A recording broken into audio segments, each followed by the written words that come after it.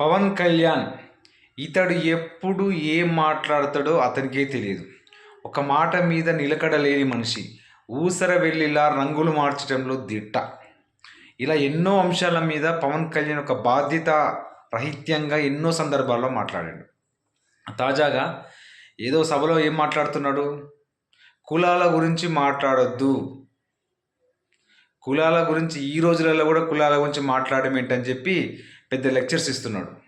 మరి నిజానికి కులాల గురించి మాట్లాడొద్దని చెప్పిన ఈ పెద్ద మనిషి అసలు ఈ కులాలను మతాలను రెచ్చగొట్టి తన రాజకీయ పబ్బం గడుపుకోవడానికి పదే పదే ప్రస్తావిస్తుంది ఇతడే కదా.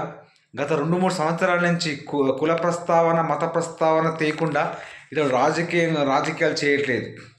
అసలు మొన్నటికి మొన్న ఎలక్షన్స్ ముందుట కాపు కులాన్ని ఆ కాపు వర్గాన్ని ఎన్ని రకాలుగా అన్నాడు, అన్ని రకాలుగా అన్నాడు. ఏమన్నాడు?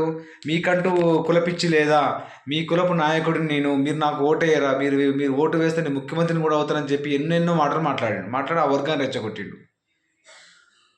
సరే, ఎలక్షన్లో లబ్ధి పొంది గెలిచిండు. ఇప్పుడే మాట్లాడుతున్నాడు కులాల గురించి మాట్లాడదాన్ని. మరి ఈరోజు అంటాడు మళ్ళీ ఒక వారం తర్వాత కులాల గురించి మాట్లాడాలంటాడు. ఇట్లా ఏ దానికి కూడా ఒక ఒక స్థిరంగా ఒక మాట మీద ఏమాత్రం కూడా నిలకడలేని మనిషి పవన్ కళ్యాణ్. ఎన్నో సందర్భాలు, ప్రతి సందర్భంలో ప్రస్తుతం రాష్ట్ర ప్రభుత్వంలో ఏం జరుగుతున్నది, సంక్షేమ అభివృద్ధి ఏమైనా జరుగుతున్నదా, వాటి గురించి మాట్లాడు. ఎంతసేపు కుల ప్రస్తావన మత ప్రస్తావన, కాసేపు మళ్ళీ ఇంక కొన్ని రోజుల తర్వాత ఏమంటాడు, మళ్ళొకసారి సనాతన ధర్మం అని చెప్పి మళ్ళొకసారి మాట్లాడతాడు. ఇలా కుల ప్రస్తావన మత ప్రస్తావన తేకుండా పవన్ కళ్యాణ్ తన రాజకీయం అనేది ముందుకు వెళ్ళదు. ఎందుకంటే ఇతడు కేవలం 5% ఓటు బ్యాంకు తోటి ఒక రాజకీయాన్ని ఒక ఆట వస్తువుగా చూస్తూ ఒక మంచిగా దీన్ని ఏంటంటే సినిమాల్లో కనుక నటించినట్టు రాజకీయాల్లో విపరీతంగా నటిస్తున్నాడు. కమల్ హాసన్ని కూడా మించిపోయే విధంగా నటనను సినిమాలో చూపిస్తే బాగుండు, కానీ సినిమాలో చూపించిన నటన ఏమైనా రాజకీయాలలో ఆ నటనని కమల్ హాసన్కి మించిపోయేలా, సినిమాల్లో కమల్ హాసన్కి మించిపోయేలా రాజకీయాల్లో ఈ పవన్ కళ్యాణ్ అనే వ్యక్తి నటిస్తున్నాడు.